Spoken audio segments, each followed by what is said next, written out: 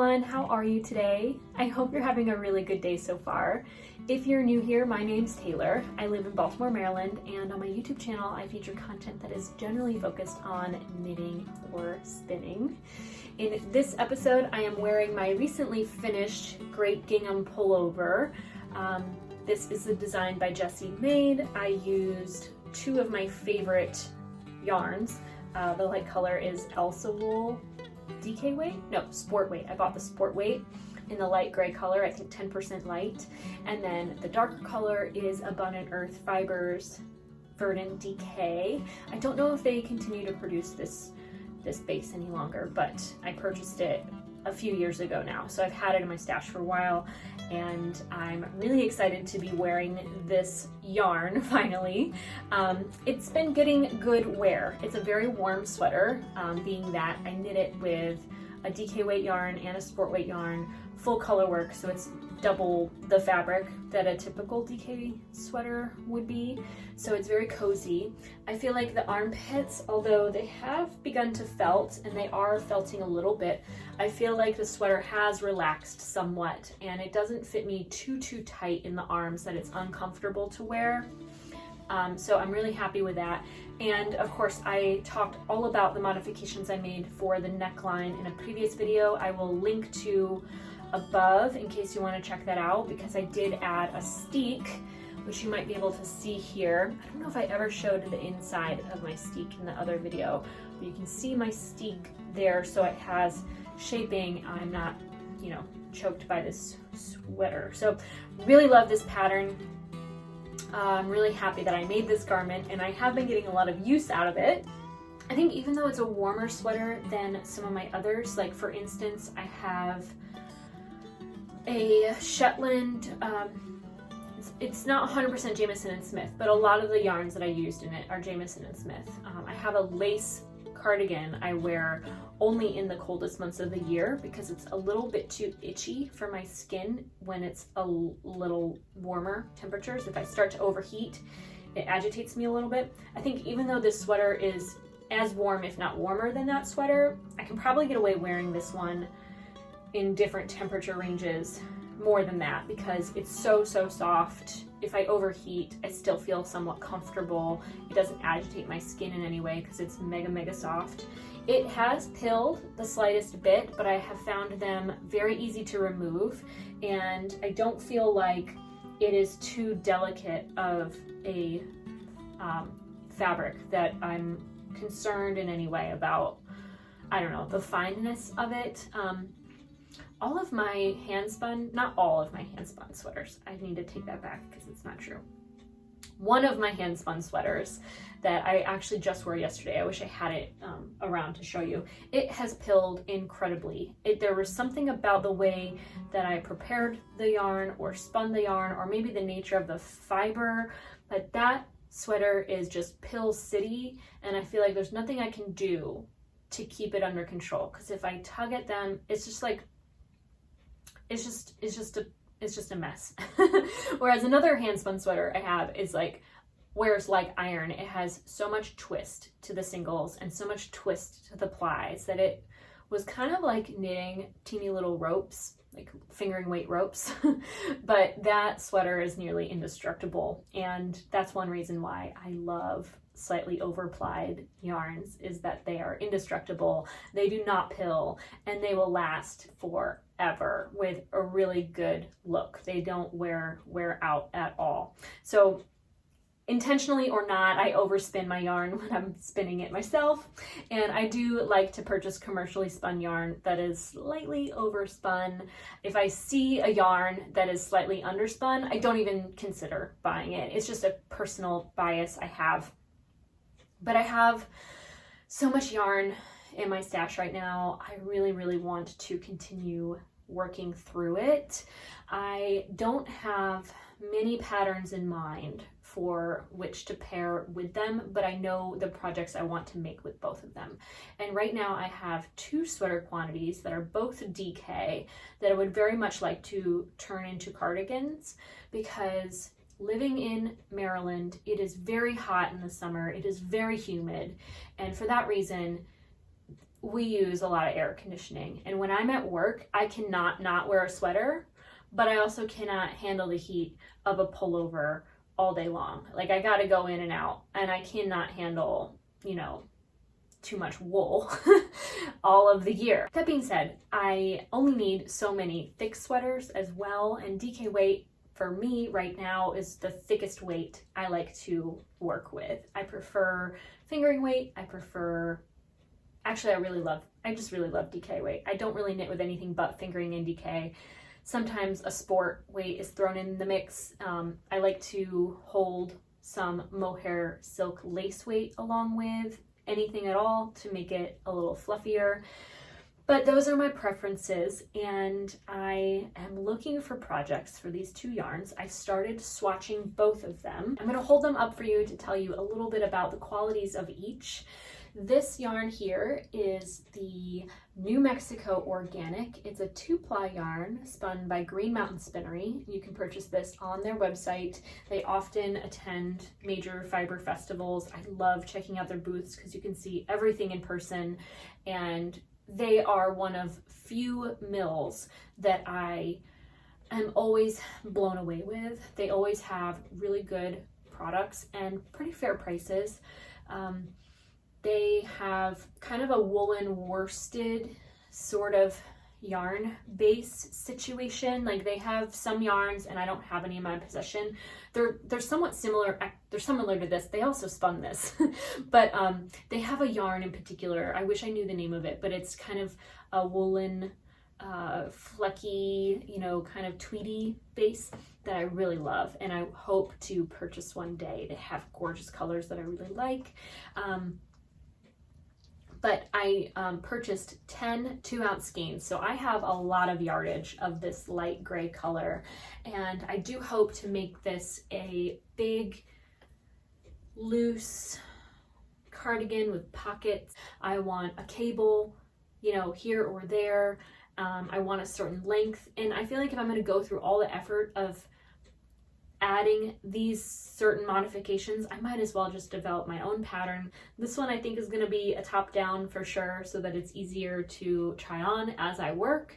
And, you know, if I do publish a pattern in the future, it'll be easier for people to, you know, pick up knitting and start with, because top downs are so much easier to anticipate the outcome.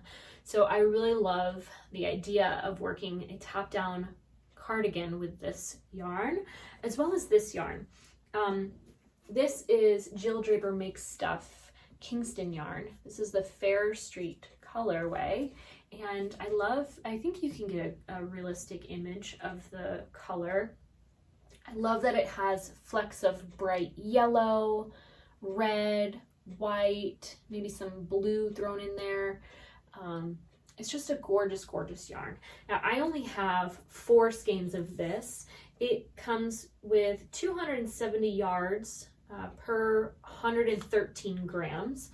This is a very dense yarn. I did swatch with both of these, so I want to tell you a little bit about my experience working with them. I was experimenting with my swatch because I wanted to see how the yarn would look with my kind of imagined beginnings.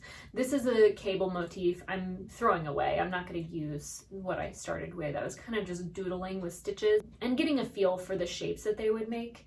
This one, I was trying to keep it really simple and just purl all stitches on the wrong side. So that's why you see a bit of garter stitch within the cable motif. And then on this example, these are pretty much the same cable stitches for both of them. I didn't keep it so simple, and I worked in pattern along the wrong side through the cable motif area, so that there's that reverse stockinette stitch here and here that you can see. And I wasn't jazzed with the cable, but I did get at least a solid kind of measure. It's barely 4 inches across the flat stockinette side, but I didn't want to continue to devote more yardage to these samples. So I also feel like I row out a little bit with my wrong sides. I don't know if you can tell, but there's a few rows where either my knits or my purls are a little looser than the other. And that is more obvious, I think, with the lighter yarn. What I mean is like they're both DK, but this one has, like I said, 270 yards per 113 grams. And then this theoretically, because it's 2 ounces, should be half of that. This is 180 yards, 360 yards. This is 270. I don't even know how they could both be called DK, but they are. I would, if I were being realistic, I would say I would treat this as a worsted weight, even though I got pretty much the same gauge when I knit them on the same needles. I don't know if you can tell, but, and the bind off was a little bit tighter on the second one, but they're like the same dang size. There's really no difference.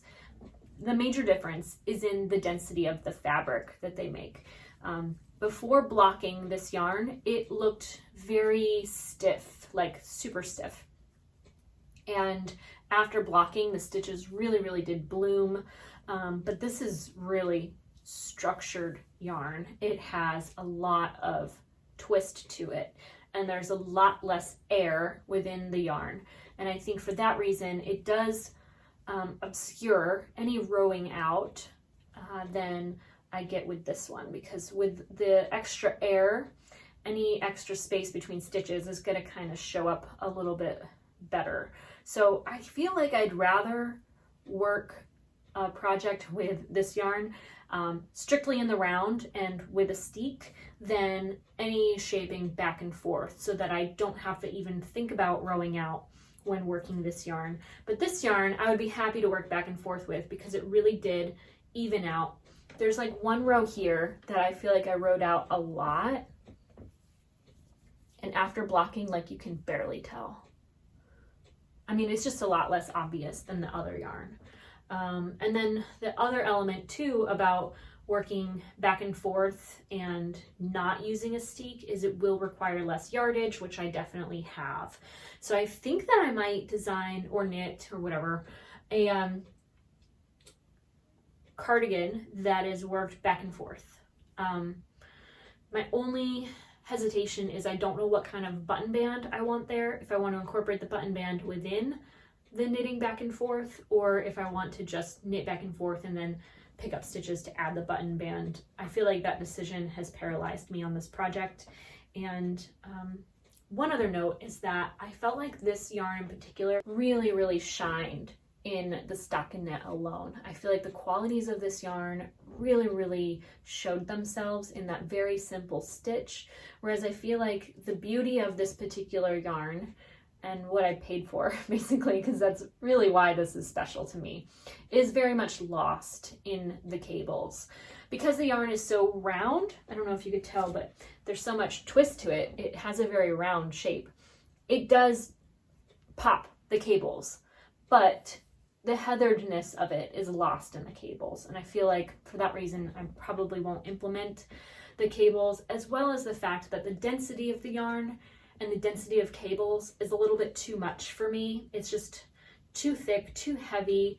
I would rather have a very simple, very basic raglan cropped pullover or cardigan design with this yarn. So those are my general plans for these sweater quantities. I don't know what I will knit them into, but I do want to knit them into something this year because I would very much like 2 new cardigans to wear in the office. I am still finishing the sleeves to my Vair pullover. I caught up on the second one. I don't know why I'm knitting them both at the same time, except that I'm having a lot of fun with this. I hesitate to rush the process, but I still do want to get it done as soon as possible so that I can wear it before it's too warm.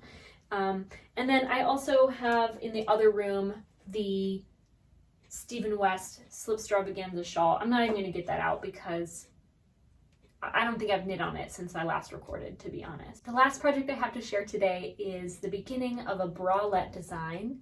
This is one that I want to fit just above the waistband to some high waist jeans, so kind of like a tank top, but maybe with some midriff. I want it to also fit similarly as the opulent plunge bra pattern that I have online for sale, but I want it to be a little bit more conservative than that one. I don't want it to be quite so low cut. I want it to be something that I'm comfortable wearing on its own with, like I said, something high-waisted and, you know, maybe with just a cardigan or button-up shirt thrown over it. So I'm excited to continue working on this. I only cast it on the other night, and I'm beginning the cable motifs throughout, which are going to be so difficult, if not impossible, to photograph. If I were a professional knitwear designer, I would have never chosen this particular shade of yarn to market a design, but it is the yarn I had, and it is the yarn I very much wish to wear. So it is what it is. I hope that maybe my video platform will effectively communicate all of its qualities in the finished pattern, but I'm excited to continue working on this. I feel like I have so many plans and so little time. I have barely knit anything the last week or so. Work has been a bit bonkers. We finally just hired a third person for the office. About, I would say, November, December, January, February, March. Going on 6 months now, we lost our director of operations there, and we've pretty much just carried on without her, and it has been great. I have a lot more responsibility, but things are going well. I have no complaints. But I haven't had time to take breaks. Some days I have to work through my breaks because there's just so much that needs to get done. So I'm very excited to have that help in the office and to no longer, you know, have to hustle every moment. I just realized I'm beginning to work straight. I just realized I'm beginning to work in pattern when I should be cabling this row. So I'm going to tink back a little bit. But work has been going good. I have no complaints.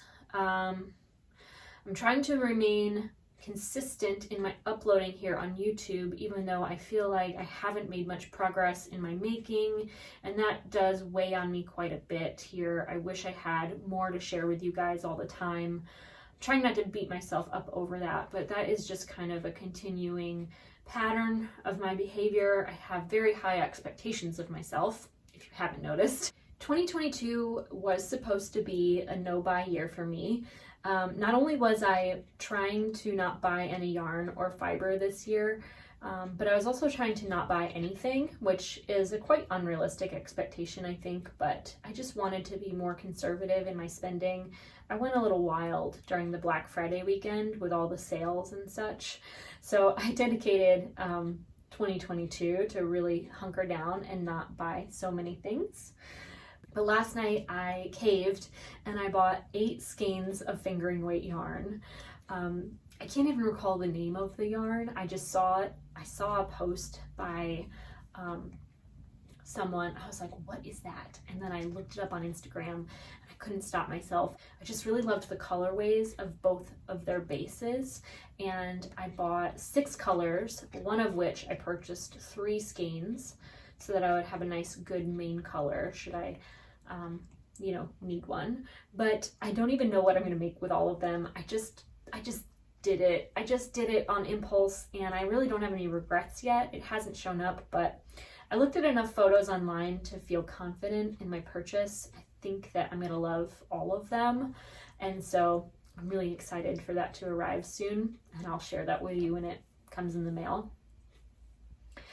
And I really haven't bought much yarn this year. I did buy 2 skeins, both I think at different times, but I whenever I'm in Frederick, I visit the Knot House, and there was a sweater quantity of yarn I previously bought that I thought I might want a additional skein for, and so I matched my dye lots and I got an extra skein, and I wasn't going to count that as buying yarn because it wasn't for any reason other than to add yardage to yarn I already owned. So I thought I could get away with like a lie of omission on my note buy.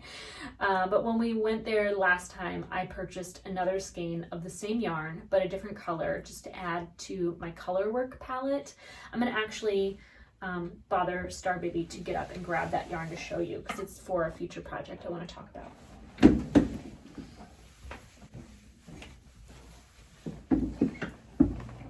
So here I have a little basket of yarn that I plan to knit into a lace jumper. Most of it is Jamieson and Smith.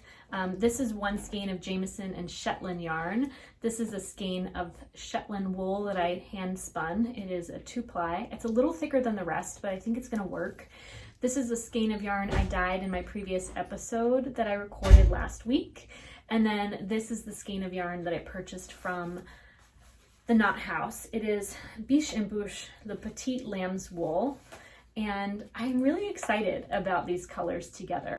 I do have 12 skeins of 25 grams, which is the same amount that the pattern calls for, but I'm using 7 different colors instead of 4.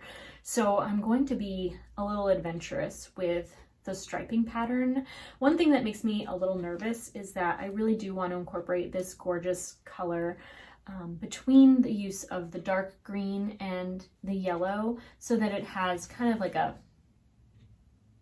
gradient effect.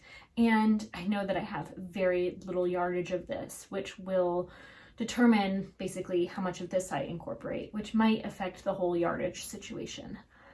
But I'm gonna be bold and make that attempt anyway. I don't know when this project will begin, but I hope to cast it on after I finish the bralette. Maybe I wrap up one of my 2 current projects, and then of course I do want to knit that cardigan I talked about sooner than later, because I want that for spring and summer. This one I can pretty much, I anticipate working on this much later, because I won't really need another Shetland wool pullover for quite some time, probably the next fall. But wouldn't it be great to be working these beautiful colors leading into fall and then having the opportunity to wear it? That's the thing with knitting, is like, it's not always about what I need or want right now. It's what do I want to be working on and wear in the future. And right now I really want to be working on small little garments to wear in the near future, planning projects to work in the near future and wear a little further out. So I'm excited about those. I do need to find or create a pattern for those DK weight cardigans, because I need that in my wardrobe probably more than anything. The cardigans that I do have are heavier and really warm, which is fine, but not what I need. So that is on the horizon. That is it for this week's video of the Thread to Mend podcast. I want to thank you so much for watching. If you want to find me on social media, my name is Taylor E. Owen on Ravelry, Instagram, and Twitter. You can find me on TikTok as Taylor Knits. And if you haven't subscribed to my channel, do please consider subscribing and hit the bell for notifications so that you get notifications when I upload new content. I do try to upload every Sunday. I think I might change my upload day just to put a little less stress on my weekends, but we'll see. I just want to thank you all for being here. I hope you have a great day. Take care.